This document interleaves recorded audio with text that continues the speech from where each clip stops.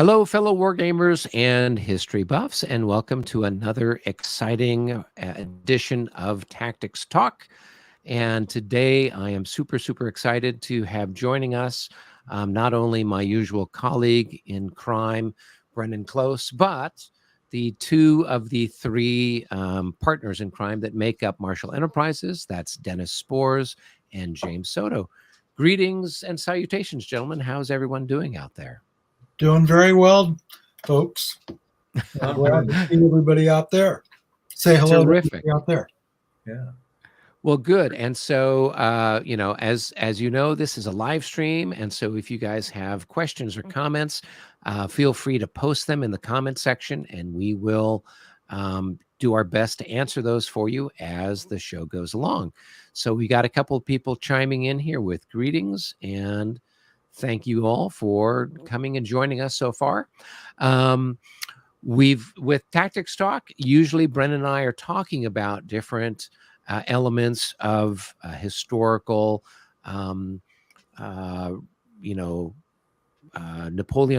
activities. So what the French were setting up, or some different things how the British are played, and then how that applies itself to La Bataille in particular, but also can be used for other Napoleonic games that folks are playing out there.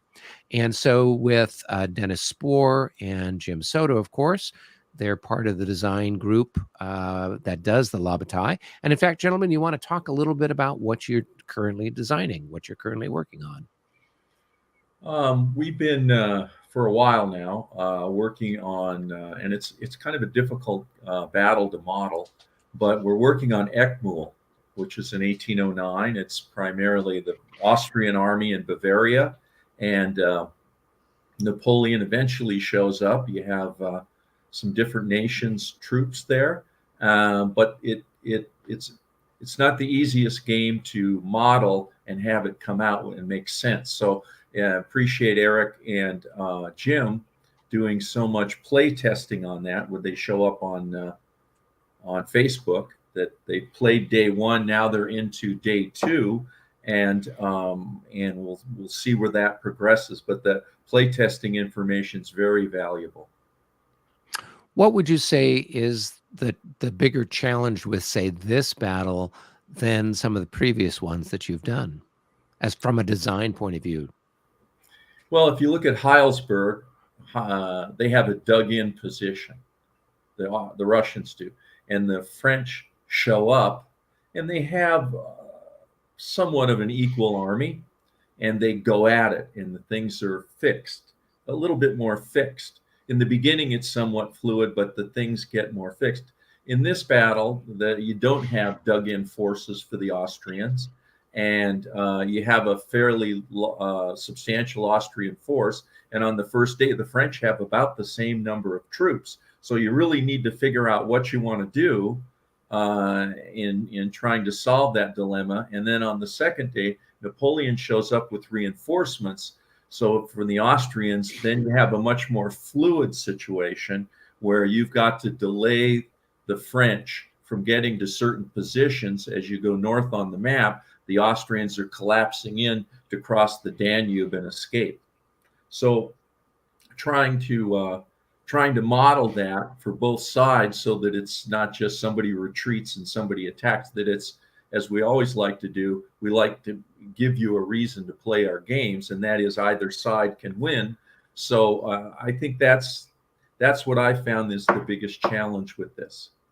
So that it's not from a design point of view necessarily with the map or the counters or the counter art, but more the victory conditions, trying to come up with a balanced set of victory conditions. Yeah, a little bit more challenging with this battle than, say, Heilsberg. We've got patterns for the troops, morales, fire values, all that. I mean, Aspern-Essling isn't that far down the road date-wise from this battle. How far? What is it, Jim? A month or a month? It's about there's 5 or 6 weeks between the Eckmühl campaign, Aspern-Essling, and then another 5 or 6 weeks to Wagram.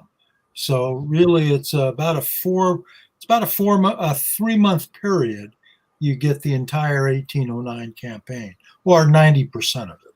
So, and a lot of the troops that are at Aspern-Essling or at Bagram, they are the same troops that are in this battle in some cases. So the values and the morales and those kinds of things are pretty well set. The leaders pretty well set and so forth. But it's the skill. What I want people to get out of this game the first day is that to look at someone who has, and we're going to talk about this in what we're going to present, but somebody has an equal force or maybe even a bigger force. What are some ways that you can attack that and be successful?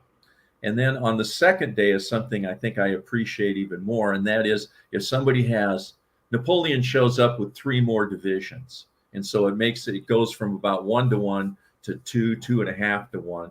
So how skillful are you at playing the rear guard and holding just long enough, but not getting destroyed?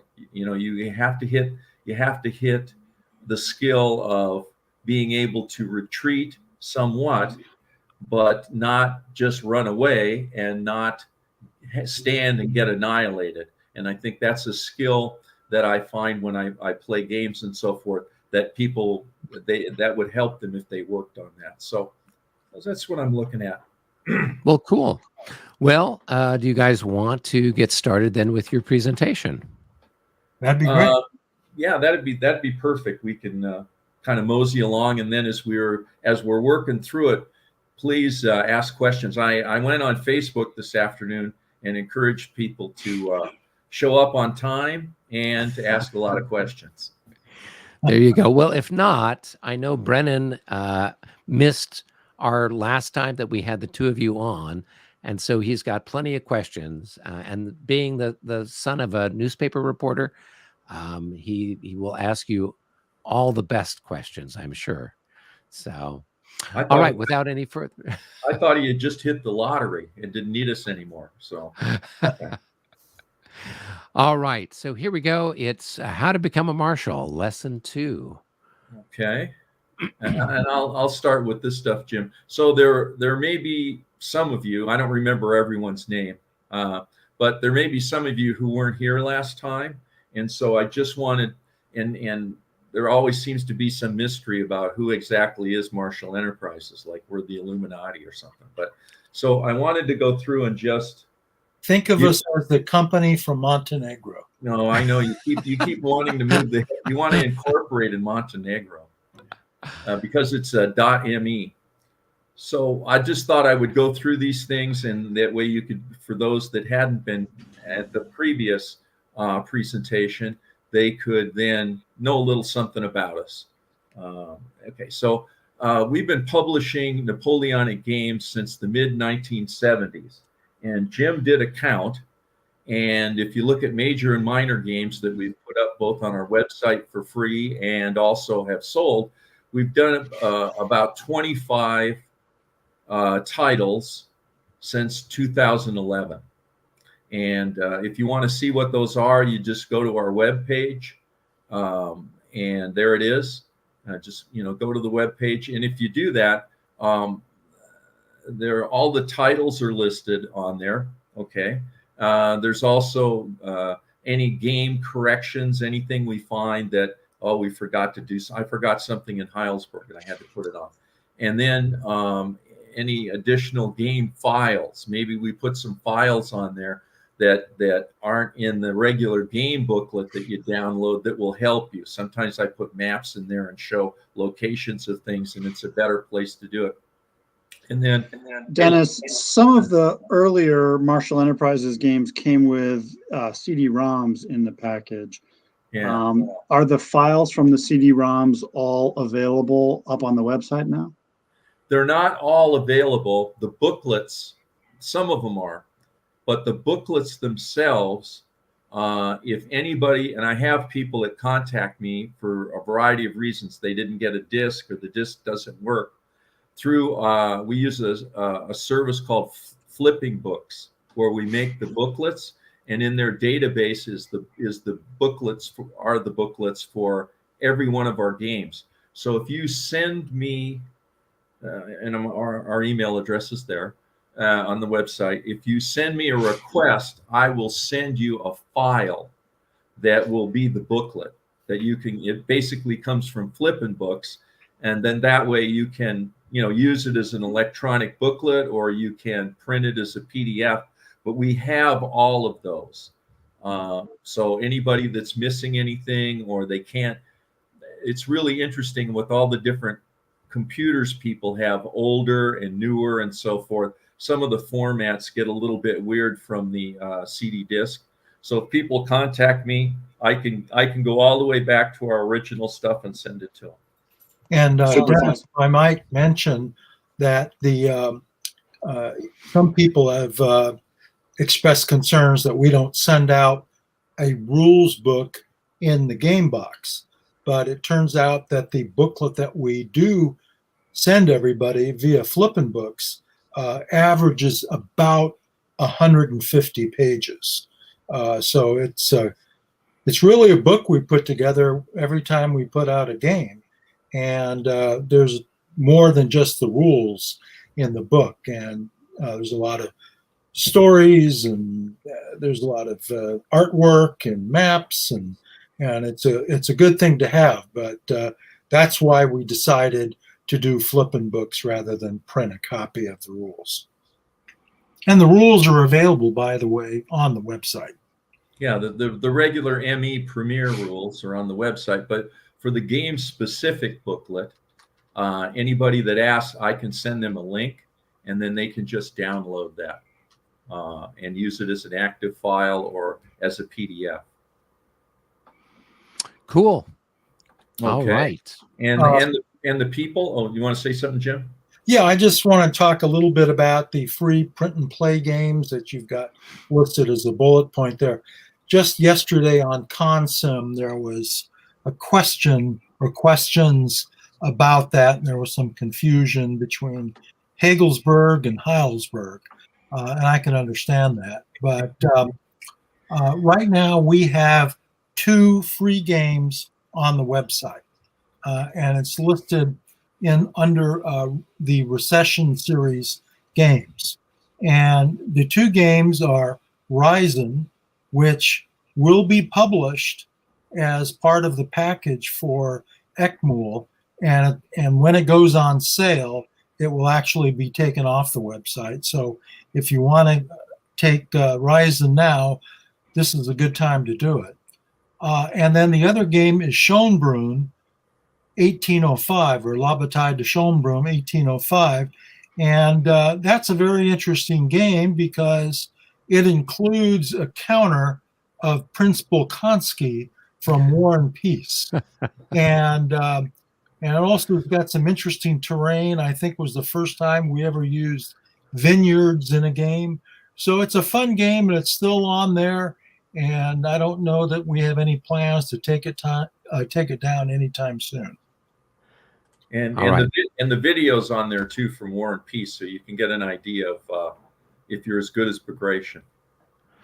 All right. Well, we have a question from Perry, which is a common question that I see and hear, saying here, I know all your games are a limited run. Will you ever republish past games? It would be a shame to not be able to see some of these earlier games. Well, what do you think? What's the answer, Jim?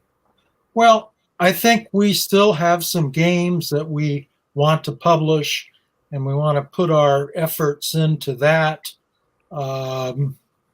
So I don't know. I think we're going to need to see exactly what kind of demand there is. I think, as everyone knows, we have a limited print run of 400, and we've sold out every one. There's a few copies of Heilsberg left. I would assume that probably shortly after the new year we'll be gone with those. So we'll just have to see whether the market really demands it and whether we would put the resources together to put out another game.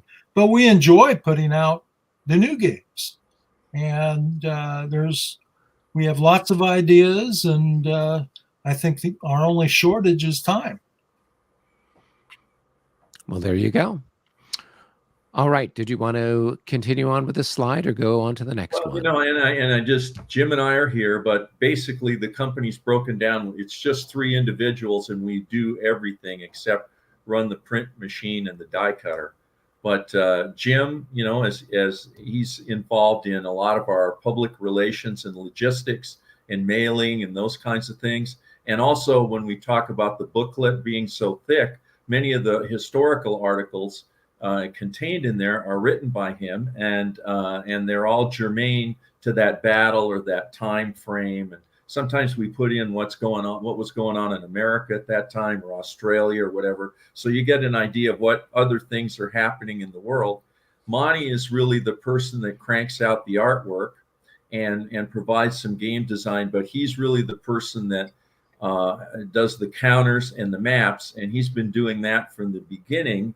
And he was involved in the beginning when we did the full color counters with the mechanical separations and all that stuff. So he's been doing that for a long time, and he really enjoys getting into that. And then for myself, I'm basically just the game design guy, and I like to play. There are also some really excellent tactical articles that all of you have written that are available on the website as well. There's interesting ones about the Austrian army, the Prussian army, and so on. Really excellent reading and applicable to game technique.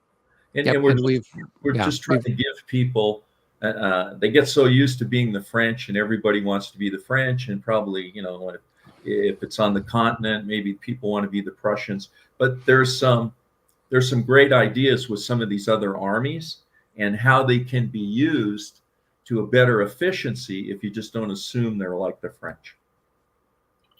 Yeah, for example, in the Austrians can use that, and I hope I'm pronouncing it right, the battalion mass and the divisional mass, which only the Austrians can use. And I don't see it a lot in the games that we play, once in a great while. So Eric, if you want to try it out, well, actually, I think in our latest playtest, I think you had a division mass set up in a particularly crucial spot. I did, because I had no cavalry to cover my poor little guys, and you didn't have any artillery nearby, so I figured that was the best formation for them to move cross country. So, but I think it's an example of how each army is different, and their formations have a very definite national feel to them. Cool. Although I don't know whether you can call the Austrians a true national army, because there's such a collection of ethnicities. But well, some Germans might say the same thing about the Prussian army, but that's a different story. Well, it is. They have all these famous leaders, and we're going to talk about that, and theorists and so forth that say they're Prussian, but in reality they're mostly Saxon. And so we kind of laugh at the Saxon army, but all these guys that controlled everything and wrote theories and so forth, in essence, most all of them are from Saxony. Okay. And Jim, do you want to talk about the latest news here? Yeah, we're hard at work now, working on the second scenario, and we were able to have.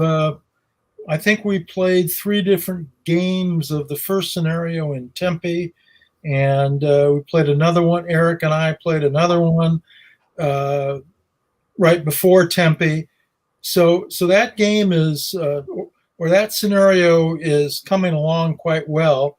One comment about it is that the first scenario of Eckmühl is almost even Steven when it comes to the size of the forces. The other thing is that the fire casualties tend to be very high. And so I'm not sure what, if anything, we should do about that, but it's a very even battle. And I think all the play testing has demonstrated that. So right now we're working on the second scenario, day 2. And by the way, I do think that the Austrians have a slight advantage in day 1 overall. But in day 2, Napoleon is not only has Davout and Lefebvre from day one, but he also has Lon, and then he has the massive Württemberg division, which that's one of my favorite formations. And I'm writing a piece right now about Württemberg and the Napoleonic Wars. And they had a special relationship with Napoleon because I believe Prince Eugene, I think he ended up marrying a princess from Württemberg. So you could make the argument that if there's if the Bonapartes were ever to come back, that maybe they could use one of Prince Eugene's descendants from his marriage to the Princess of Württemberg. But at any rate, and then also we're going to be printing Ryzen as part of the package. We know that sometimes people just prefer to buy the game rather than have to assemble it, and so it's a good game. It's a popular game. So if you haven't been able to put together Ryzen yet, it will be out along with the ECMO package. So I'll kind of get into this stuff. So when I kind of personalize everything. When I was playing war games and I first got introduced to this and so forth, I wasn't a very good player and I kept getting beat up all the time.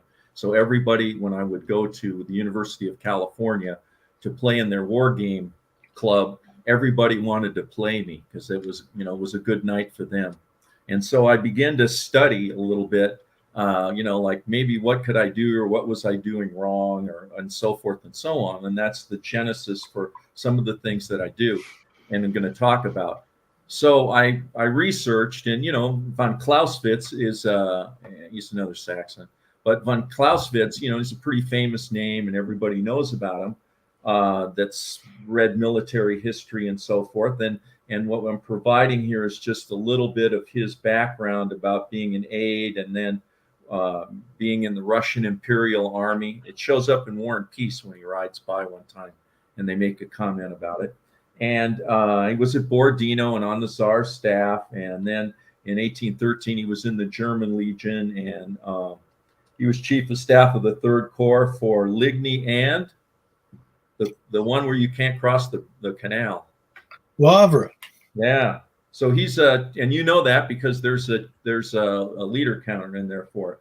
And then he was director of the Kriegsacademy until 1830, and he died of cholera because there was a cholera epidemic. But anyhow, and his widow was the one who really published his works. So he had a lot of different articles and ideas and so forth, and they published it. And one of the things that he discusses when I read through these things is that he argued that war could not be qualified or reduced to map work, geometry, and graphs. He stressed the psychological and political aspects of waging war.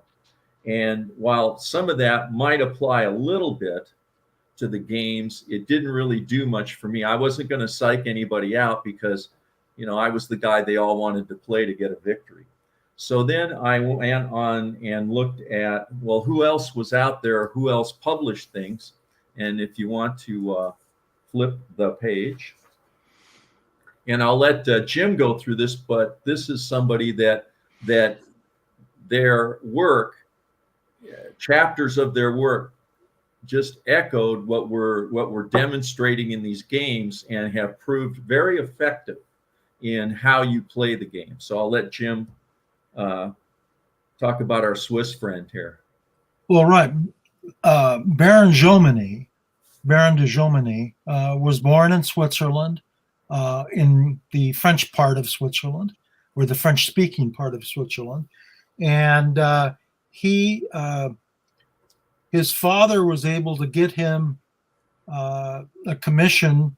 So he joined the French, and then he was a Swiss Army person, and then he went back to the French, and he had made, and all the time he was serving in these various functions in the French and Swiss armies. He was also a bank officer, and he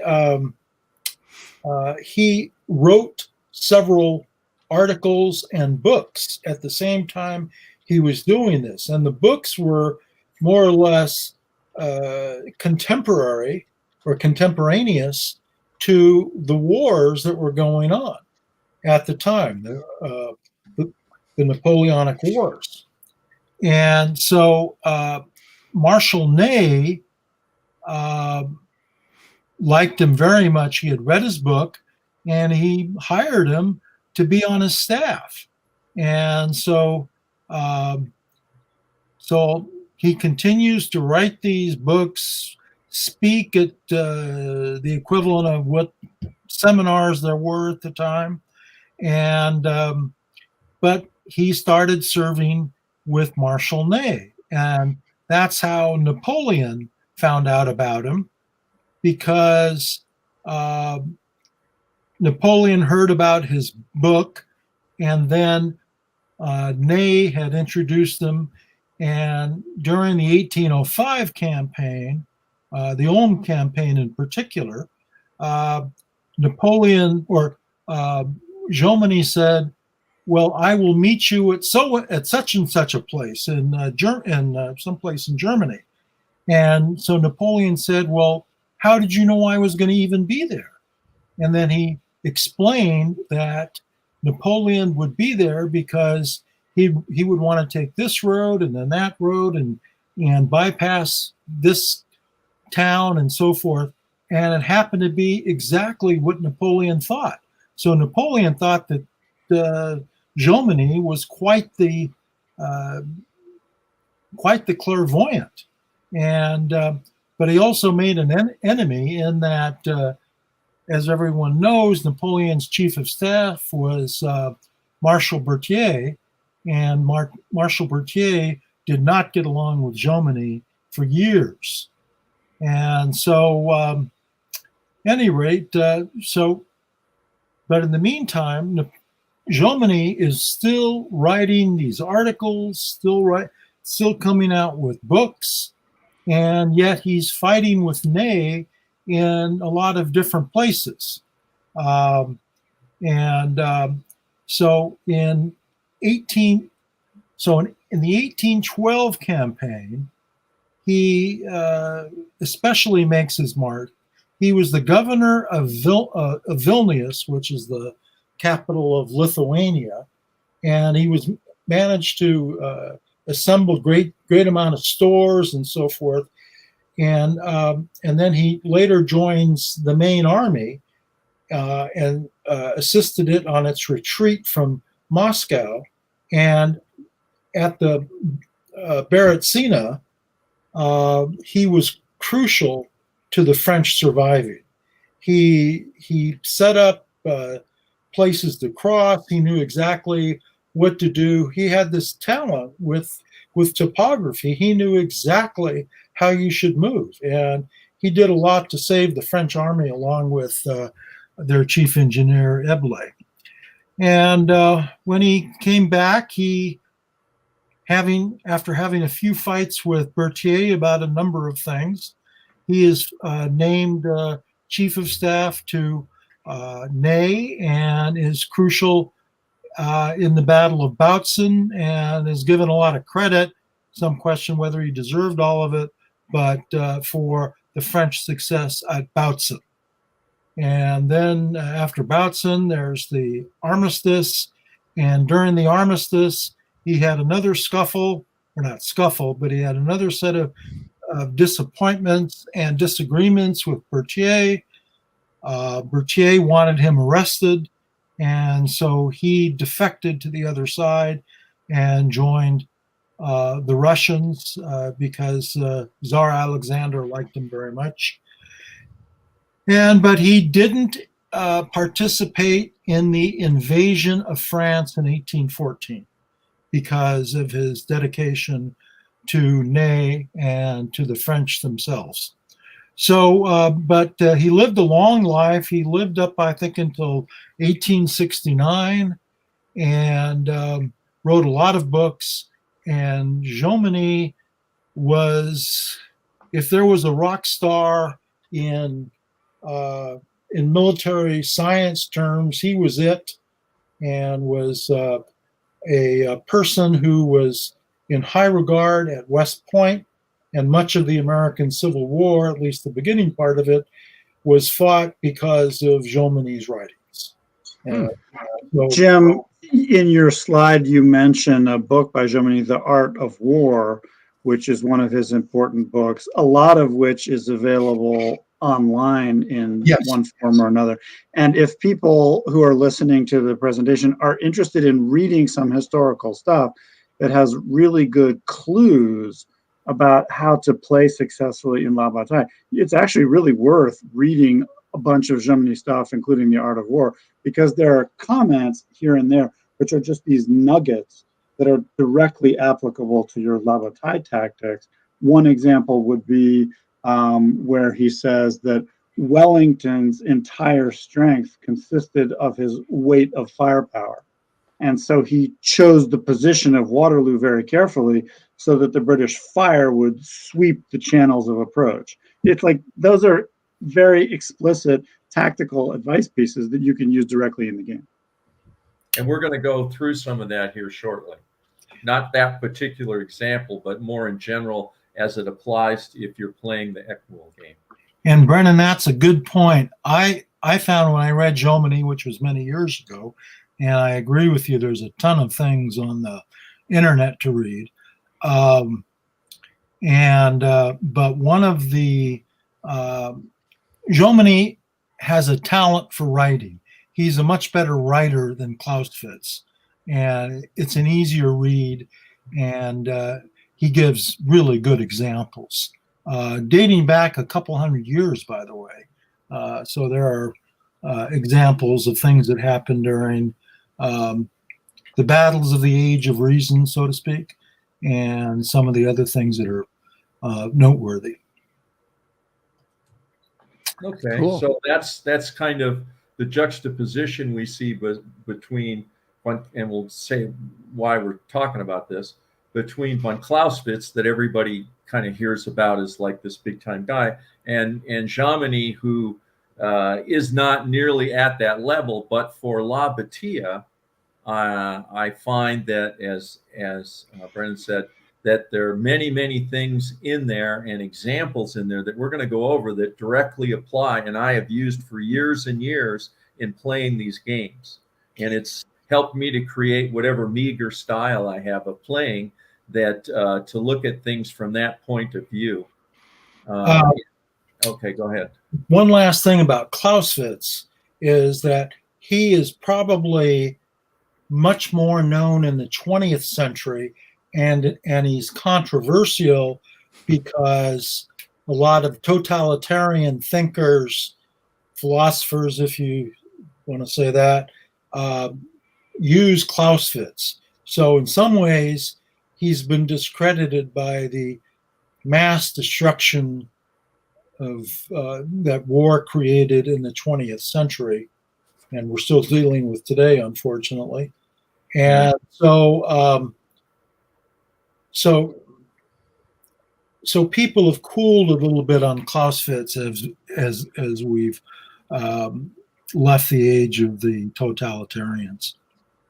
So let me, as Brennan said, there's some nuggets in there, and I want to bring forward a couple of those just to think about. I mean, philosophy is, for me, is everything, and it sets the tone for how you look at things.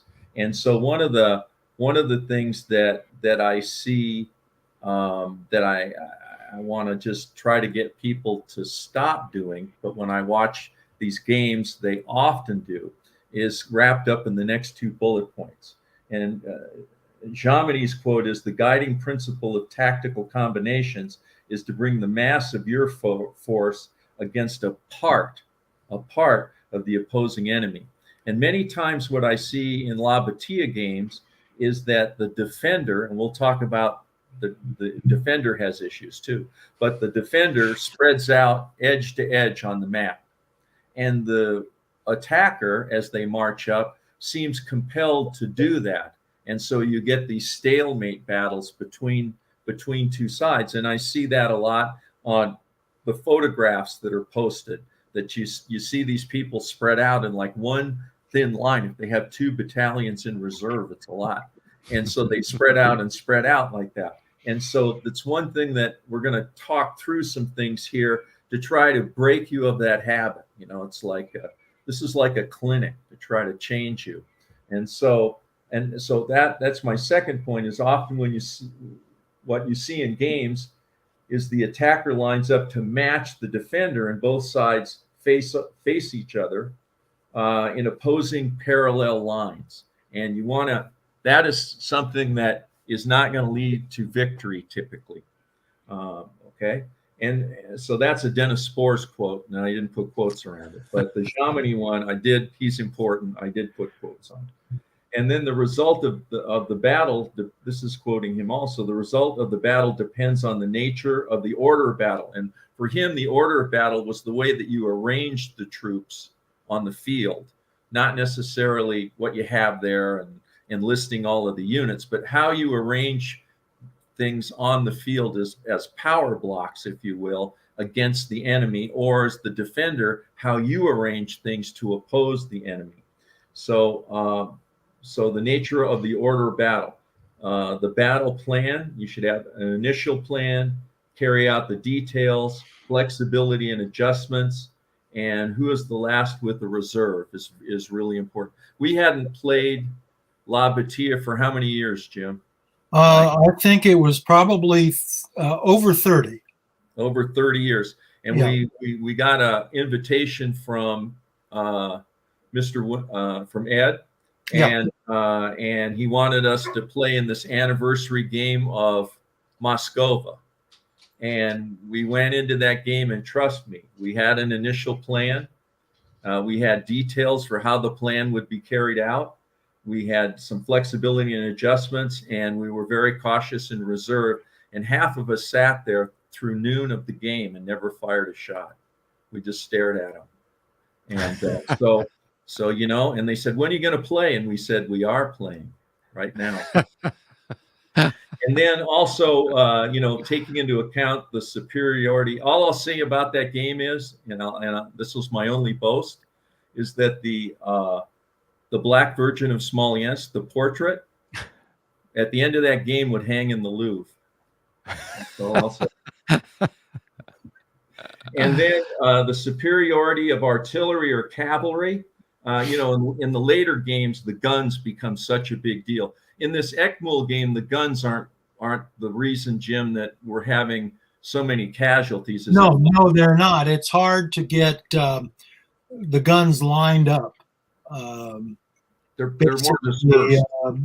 Davu's got, I think he's got, his corps has 4 batteries, and it's tough to get them together, and it's tough to get close enough to the Austrians to really inflict much damage.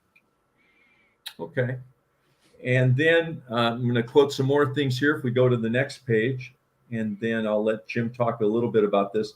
But Jomini said these are the types of battles. You have defensive battles where you have the favorable position. You have offensive where one attacks the other's position. And then you have the unexpected meeting engagements where speed and mobility count. And those have turned to be the ones that I really enjoy playing the most. That's my favorite kind of thing to do. And then the types of positions basically you have is that open positions chosen to fight on the defensive, like Auerstadt, Hassenhausen, those kinds of things. Positions naturally strong, like the heights at Austerlitz or at Wagram. It's a position that's fairly strong. And then the entrenched positions occupied to await the enemy, and that's, you know, Heilsberg and Borodino. That's basically the kinds of things you're going to see. And so in your mind, when you think of these battles, you can categorize those. You have anything about that, Jim? No, other than that, Heilsberg actually is a meeting engagement initially, And then by the time you get to the third scenario, Soule and Murat decide to assault the fortified positions at Heilsberg without Napoleon's blessing. So it's a meeting engagement that turns into an attacking an entrenched position. Okay, so those are the kinds of things that you're going to see. All right, and that's all. If you read this, The Art of War, I'm grabbing those things out of here. Now, here's some other thoughts for you, and that has to do with looking at defensive battles. And when we say defensive, we don't mean passive. All right, and how easy is it to fall on the enemy in a favorable moment? Will the artillery make a dramatic impact? Is there an unobstructed line of retreat? I know in playing Ed as the Austrians in Dresden, and he threw everything at me. I did have a line of retreat for my troops, so I could fall back with the shattered ones and rebuild them.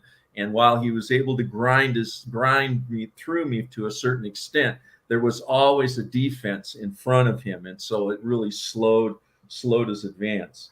How are your flanks? Well protected, and then oblige the enemy, or maybe as a defender, a trick is to oblige the enemy to attack the center or a flank. Set it up so that somebody spots something and they dive on it, but you have prepared for that, and suddenly you can put your weight against a part of their line, even as the defender. Some things that I also see in the way that people play the La Bataille game that they really need to kind of consider is this passive defense versus aggressive offense. And so what Chamonix says is if an army on the defensive waits for the attack that could come from any direction, it is forced to move by the enemy's initiatives. So if you go cover the whole board, then all of a sudden, and you don't really have much of a reserve, then as the enemy comes on, you'll be reacting to what they do, and they'll have the initiative to move your reserves or move your troops around based on what they do. And so Chamonix is very strong, and I would encourage everybody to really work on this, that the army taking the initiative has the greatest advantage of bringing up troops and striking a blow where he considers best. So if you're just reacting to the attacker all the time, then they'll move you around and they'll strike where it's best. Where if perhaps you have your defense set up where there's lines of reserves, and I've seen in some of Brennan's presentations on here, him preaching the same kind of thing, but showing the actual counters on the map, that to be able to have things in depth, given the die rolls, the way that we do these games, nothing is absolutely certain. There are things that happen even if you think you have it all covered. The leader dies, you roll an 11, it can all happen to you, and that can be the end. But if you have things prepared and you have some defense in depth and so forth, you can weather those blows. But the point here is just, if you're the defender, if you just man the field, if you just man the front line with troops, a good player will take and get you to move things in certain places, and suddenly where you have 2/3 of what you have, he'll have 3 instead of 1. And that's where this game really works. It's all mathematics and attrition.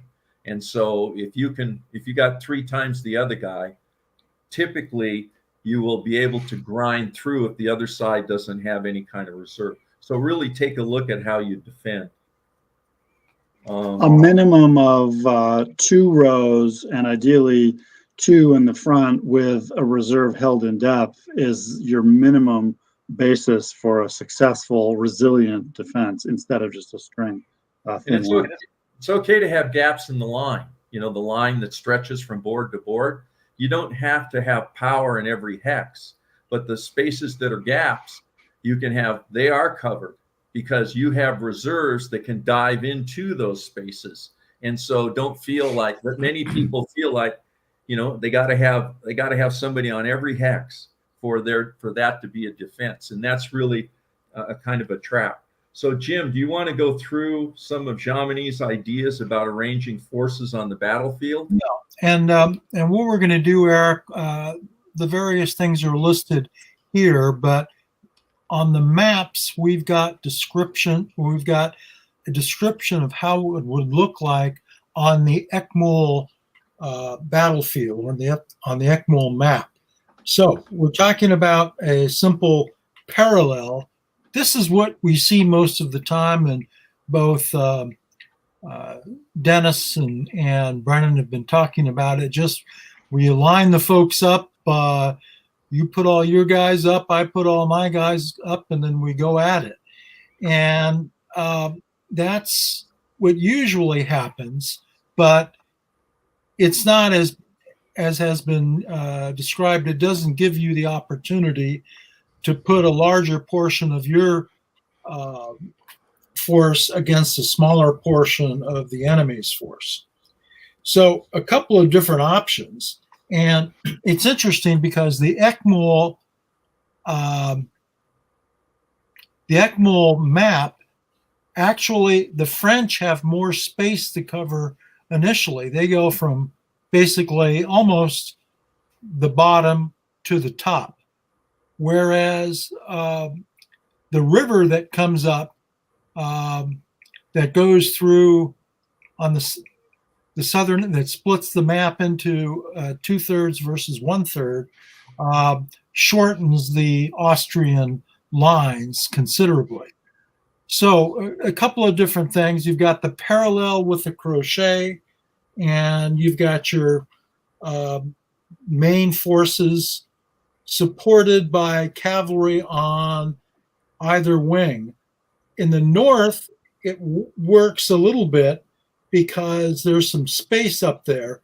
There's less woods, etc. But in the south, again, the Austrian line is contracting because of the river, and it's very difficult to use cavalry to any great effect down in the south. So we go to the next slide.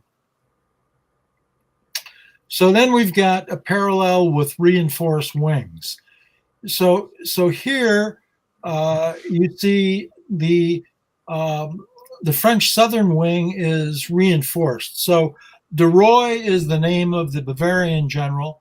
They've actually got a pretty good force. They're not quite as good on fire as the French, and their morale they check on the first loss, whereas the French check on the second loss. And so I found in the games that we played that there is some opportunity for the French to advance here, but it's tough. So then you've got the oblique order, which is the one, when you look at the maps, that's what stands out as the best opportunity for the French. So you've got Friant followed up by Saint-Hilaire, and those are both in Davout's division, and there's a fair amount of cavalry with Davout as well.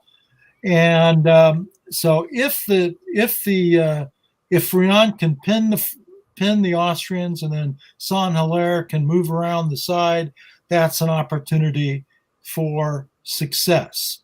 But again, the French fire losses are significant, so it's not always possible to do that. And Jim, let me point out that on the oblique order, it seems like, well, you've got a wing that's kind of thin, and the guy could attack you and so forth. But in Jomini's opinion, he says that the oblique order is a good thing to use when you're outnumbered and you want to attack. Yes. And if you'll notice on this particular oblique order, you've got De Mont. That's a French division made up of 4th Battalion. So it's not nearly as strong as the other 2 French divisions, which are on the board, but it's capable of holding its own in a defensive position. Well, and importantly, it's enough to kind of pin that corps, the 4th Corps of the Austrians, so they can't go up and help out their 3rd Corps. Right. So they have to respect it. And while Dumont is not executing the breakthrough in this particular example, he's pinning the other elements of the Austrian forces. So yeah, particularly Eric, when you play someone who has that mentality of going edge to edge, they won't move people out of the line to support another one. They'll just keep them in the line. And so this is a way to really get at somebody who has that defense. All right, we'll have the next map. Okay, so now you've got the perpendicular becomes oblique and order. And so here the French are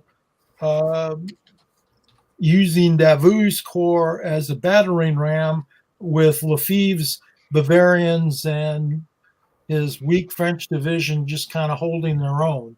And this is a good option for the French in this way. But in the games that we've seen, the Austrians use their Brennan's troops, which are a form of light troops, to go deep into the forest and really pin the French down from moving very far. So that's what's happened in the various games that I've seen so far. And I think what this is really illustrating is don't come on the board exactly, go straight ahead, that you are going straight ahead with some things, but when you're moving, you guys moving it like a 45 up to and trying to set something up with, with the third corps, and then being able to pull off the oblique. So to look at how you come on the battlefield is another way, and how you move toward the front line. The next map shows the concave defense, and this is, I think, Eric, in some of the games that we've played, or in some of the games that I've played, I've seen this used by the Austrians, and it seems to work. It kind of gives them a temporary advantage against Saint-Hilaire. And again, in the games that we've seen, both the French, both Friant up in the north and Saint-Hilaire more in the center, they do take horrendous fire casualties. And so the Austrians have when the Austrians are in line with those big 9-7 battalions, it seems to their firepower seems to be fairly extensive. So Perry has a question: how are the French using cavalry in oblique and concave? So just to clarify things for you, Perry, the slide that's, I guess, would be on the right side of your screen is showing the Austrians in the concave defensive position, while the French are attacking in oblique. So I'm not quite sure if you're asking how the French use their cavalry against a concave defense, but maybe that would be a good question for you guys to think about answering. Well, one of the things that I've noticed in the games that we've played in the play tests, that the French are rarely able to use full advantage of their cavalry, because they're just so jammed up in those woods that it's tough to get through. And the Austrians are using tirailleurs à cheval to great effectiveness in those woods. The best that the French can hope for is to try to sweep around up at the top there. The problem is that the French don't have any heavy cavalry up there. It's all light. And the Austrians do have heavy cavalry. There's a massive cuirassier division that's, I think, is 24 or 26. Yeah, there's some pretty big ones. Yeah, and then also the Austrians get some grenadiers in off the northern edge as reinforcements, and they have to roll to see. There's up to 8 that can come on, battalions, and I think in the games that we've played, roughly 4 to 5. I think in one game 6 came on, and so, but they are very, very effective troops, the Austrian Grenadiers. Right. So I think answering Perry's question, in this particular case, given the nature of the ground, it's hard for the cavalry to get in. The northern area does have a fair amount of open space, which is decent for cavalry charges. The center and the south, the ground is too broken up with forests and marshes and things like that. But the idea would be ideally to get around and get the cavalry back behind the Austrians. There's a couple of villages there that they're trying to hold, but in another sense, if it was a different battle or even this one, you would be using the cavalry then to try to turn the one end of that concave defense. One other factor, Eric, if you'll recall, and you used with great effectiveness, is that there are some redoubts that the Austrians have, mainly in the center of the map, and they're an effective tool for the Austrians. Yeah, and they have been acting as a deterrent for the French coming through the center. You've been slightly intimidated by those. I have no idea why, just it's nothing but a couple of lead balls thrown at you there. So no big deal. Got some of those huge cavalry regiments, whether they be light or heavy, that they average about 26 factors. Yeah, you're ready to go in there. So yeah, okay. And then the last one. So if the Austrians here have a bend in their line, and then they're attacking, so that the elements of both corps are attacking the center of the French corps, Saint-Hilaire, and we've seen that in some of the play tests, some versions of that. Yeah, well, right now I would say our setup currently for the second day of the battle is very much like this. Where the Austrians have kind of refused their right flank, and they're refusing their left flank, or they're slowly moving back. But we're holding the center, and it's large part because the terrain there, it's very hard for the French to get through. So I'm not really threatened in that sector at the moment. So I'm kind of pulling back where I can. So that might be something so it's not a case where I'm using it to attack in that area against Saint-Hilaire, since he's a little bit further to the north, kind of backing up Friant. But it's more a case of just dealing with the pressure on both ends of the front. Things to avoid. And I think these are more or less universal as far as I'm concerned, that you commit all the troops before your army's on the field.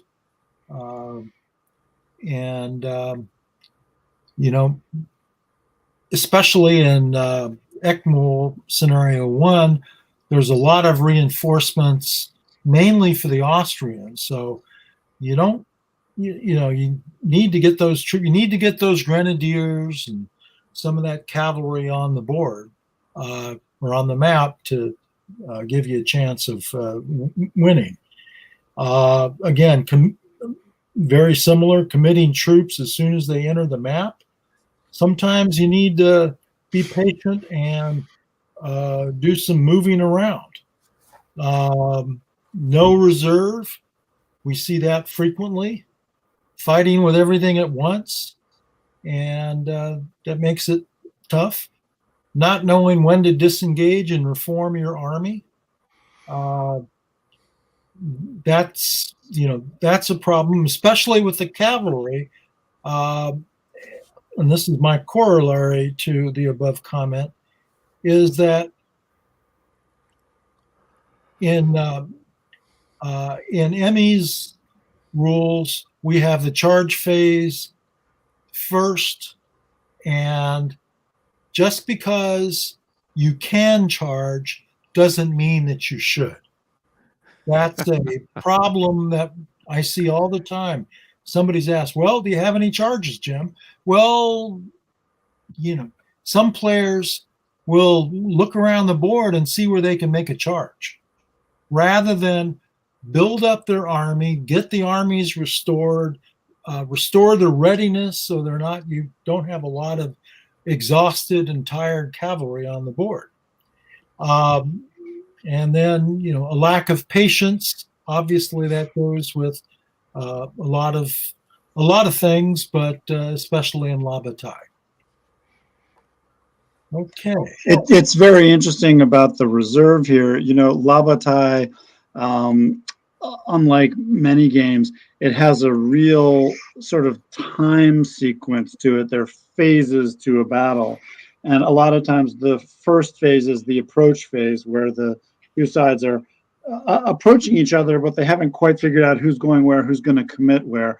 Then the sides commit, and there's actually a very long central time section of the battle where it's a wearing down, it's attrition of the other side, and there's a lot of fighting that happens during that center time period, but it's not often won.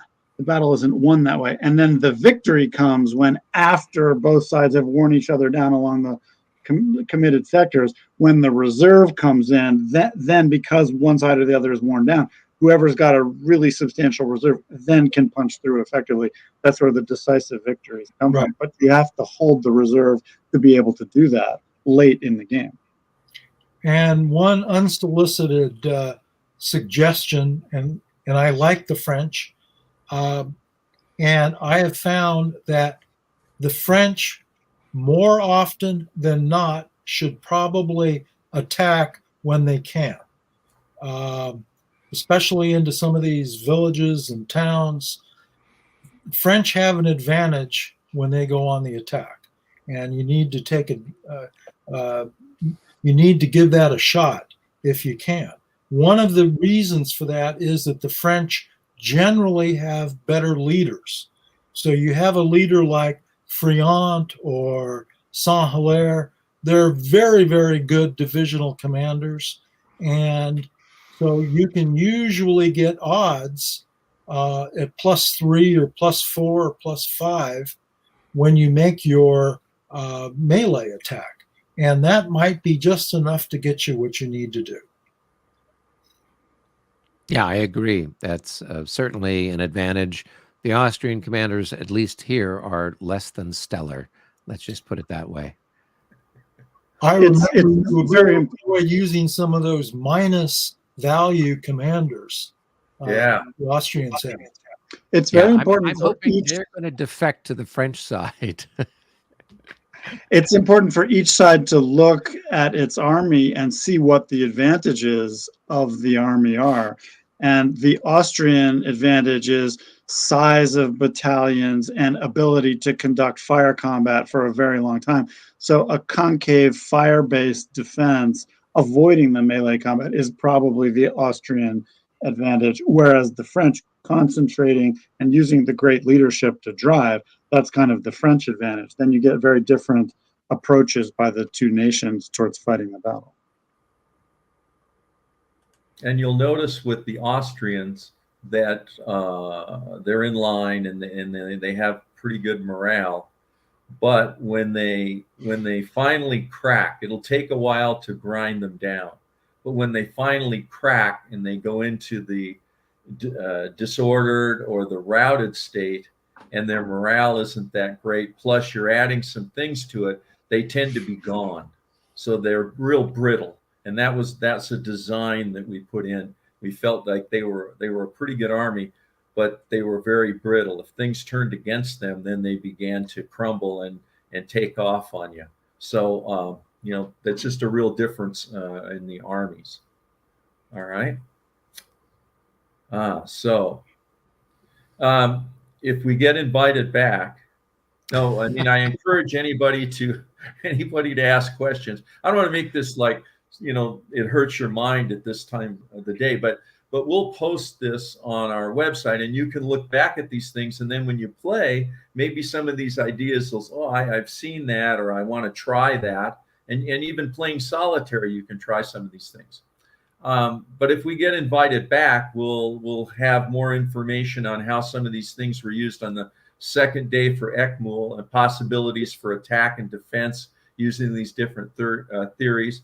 We can examine Rise in a little bit and the strategies for both sides. And then there's a controversial subject that we never give up on. And that has to do with the idea of time moves and what is behind it. What is the philosophy behind time moves? It's not random, trust me.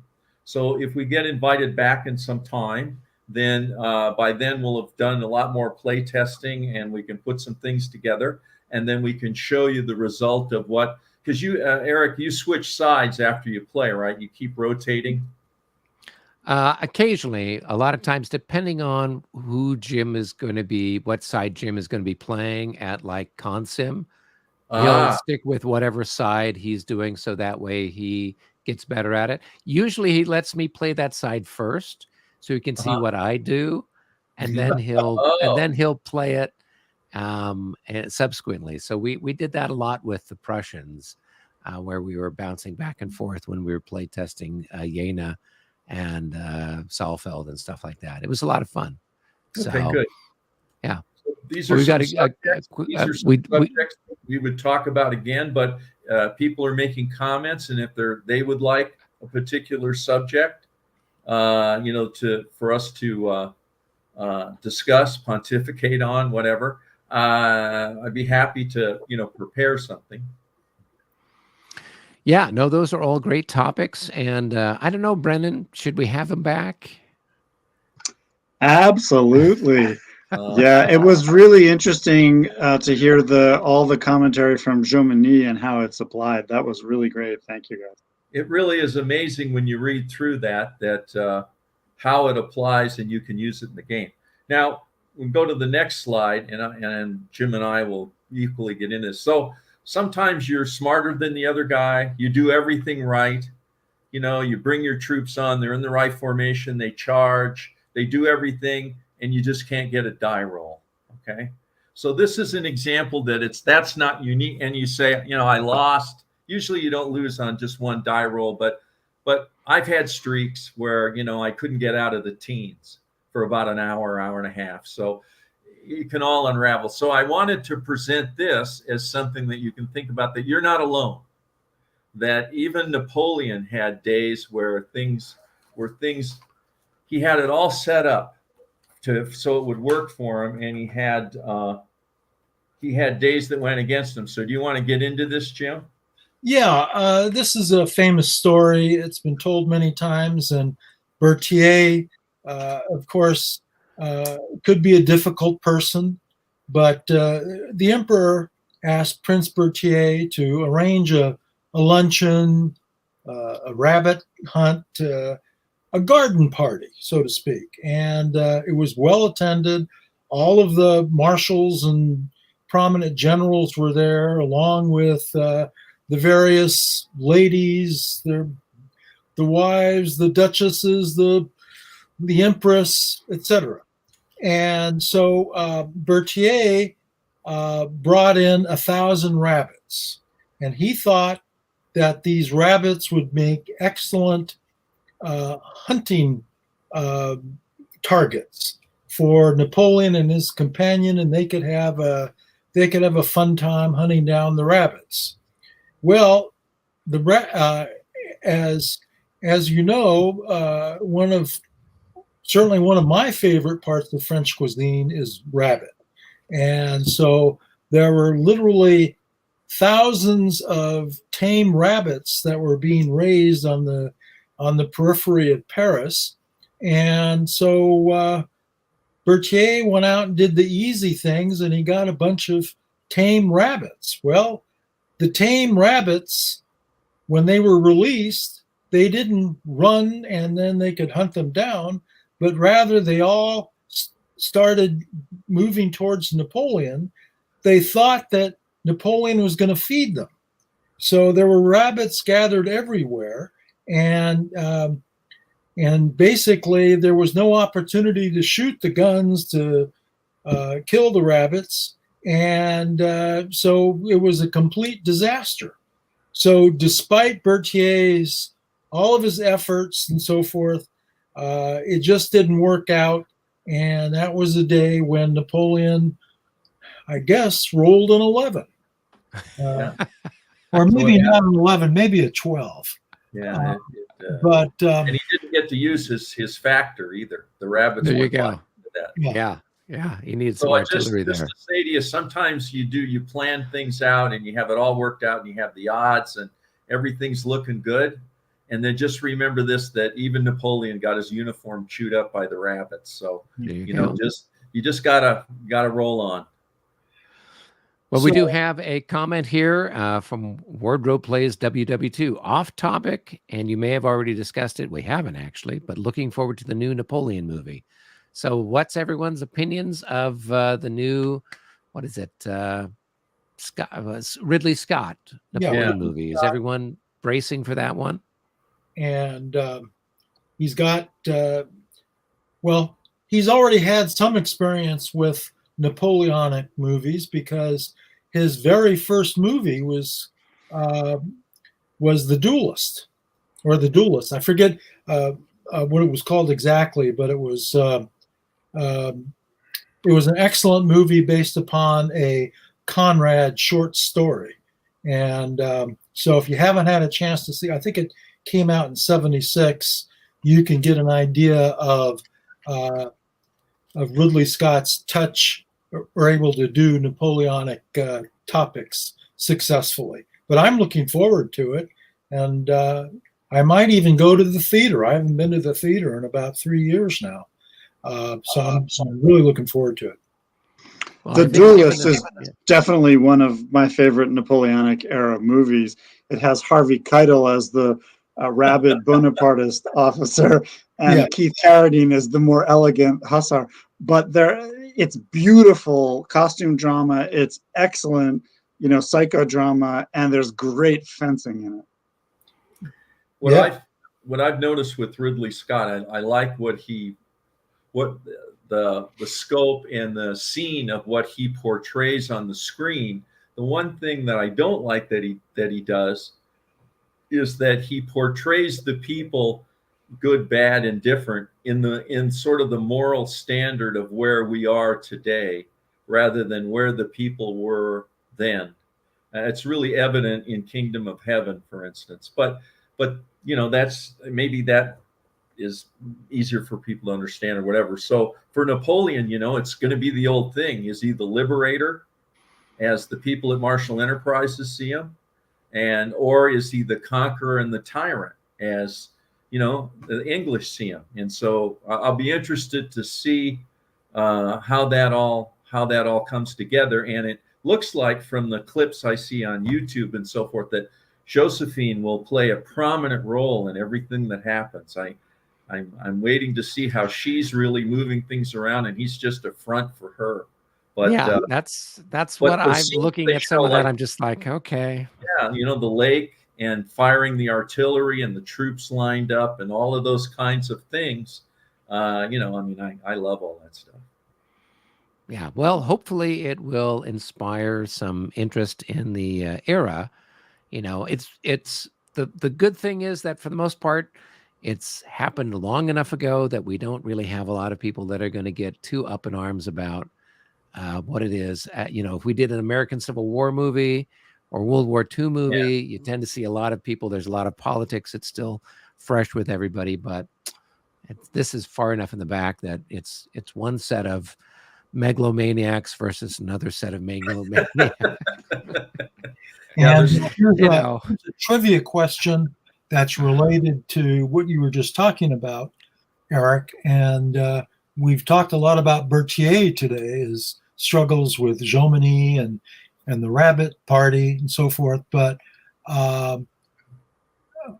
who is the only person that I am aware of that was both at the siege at Yorktown and the Battle of Austerlitz? Who would that be? I think I know. You're going to tell us because you've been doing the research for this, right, Jim? Oh, of course I'm going to tell you. Yeah. I've told the story before, but Well, since we were talking about Berthier, are we going to say it's him? yeah, it was Berthier. Berthier was on the French staff for the French army that came to America. Rochambeau, yeah, Rochambeau. yeah, and Rochambeau, his son was one of Napoleon's generals. Another interesting trivia There we fact. go. We did have somebody guess Lafayette. Well, that was No, But no, Lafayette no, was no, at no. Yorktown, right? But he wasn't In at. exile. Yeah, he wasn't at Austerlitz. Yeah, he was in exile. he wasn't around, was he, for Austerlitz? He wasn't even around during any time that Napoleon had any semblance of power. Didn't he meet his justice from the National Blade?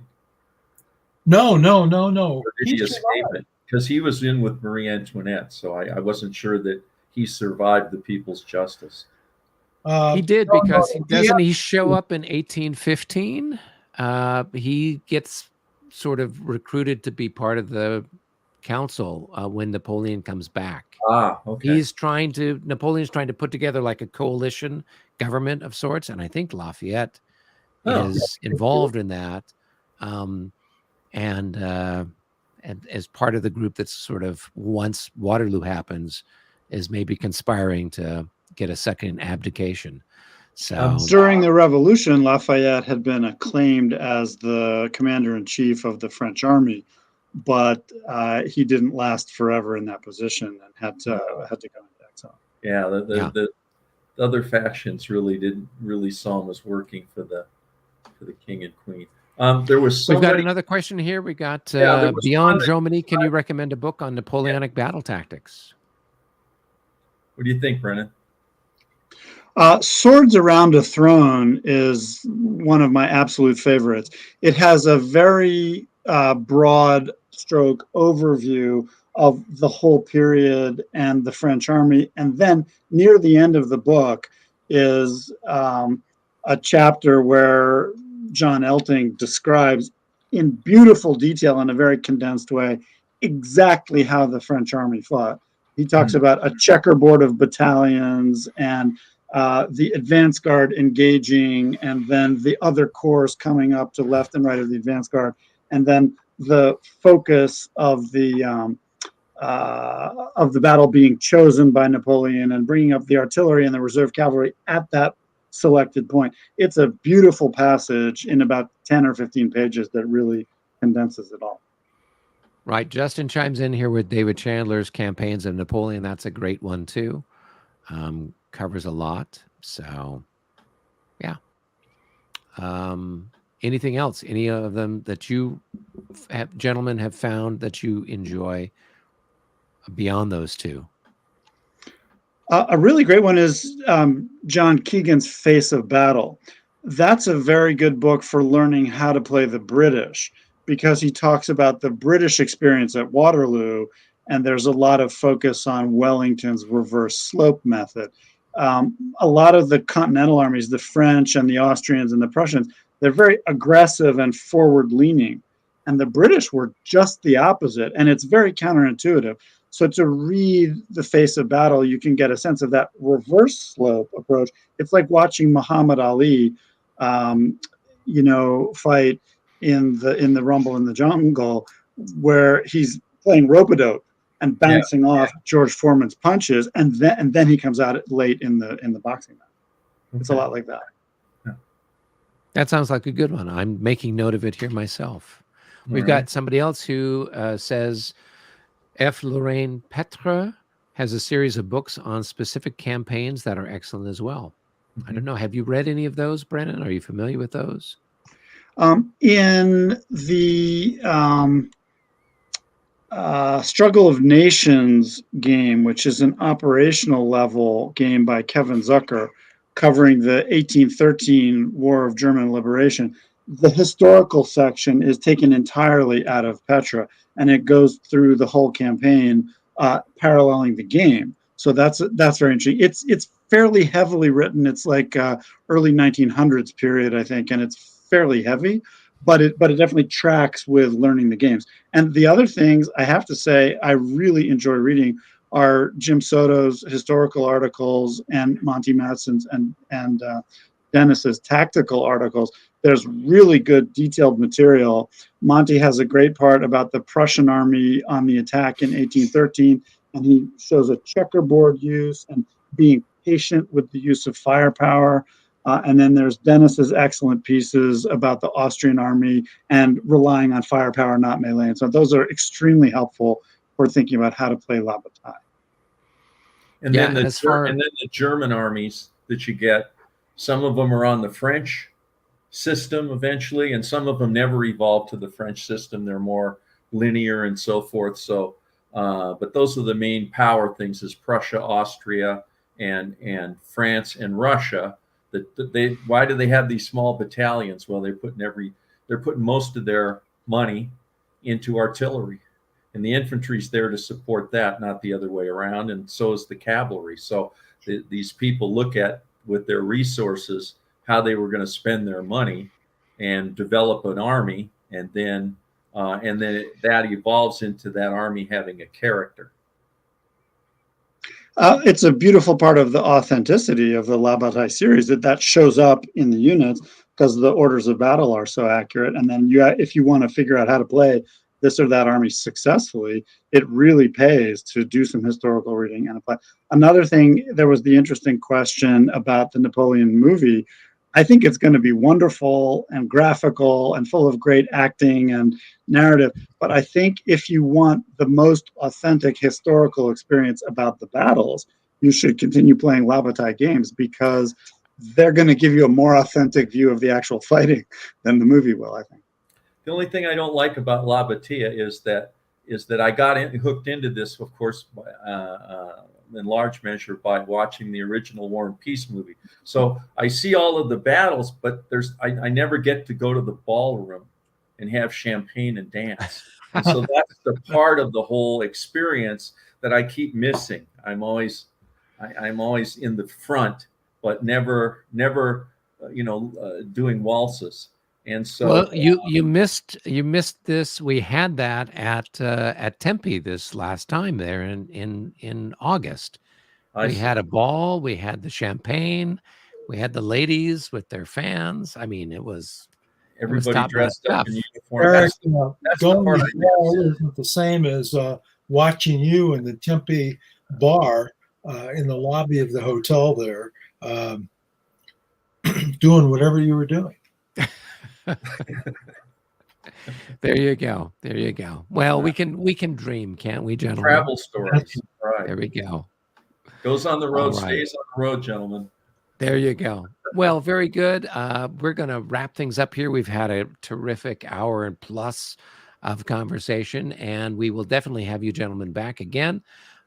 And as usual, for everybody who's out there who watches, thank you so much for watching the channel. Make sure you hit the like button on this video. And if you haven't subscribed yet, go ahead and do that. You can support the channel materially with contributions to buymeacoffee.com. I'll have a link in the description below for that. And then if you want to give us some suggestions on future topics, I know Brennan and I have got a couple of things we're planning on doing. But we can always use some new ideas and try to put those into action for you. So other than that, we'll go ahead and sign off for everybody. And everybody have a great evening. Good night, everyone. And follow us here. We'll have some more updates on the upcoming Marshall Enterprise games as it happens. Until then, everybody be well. Thank you.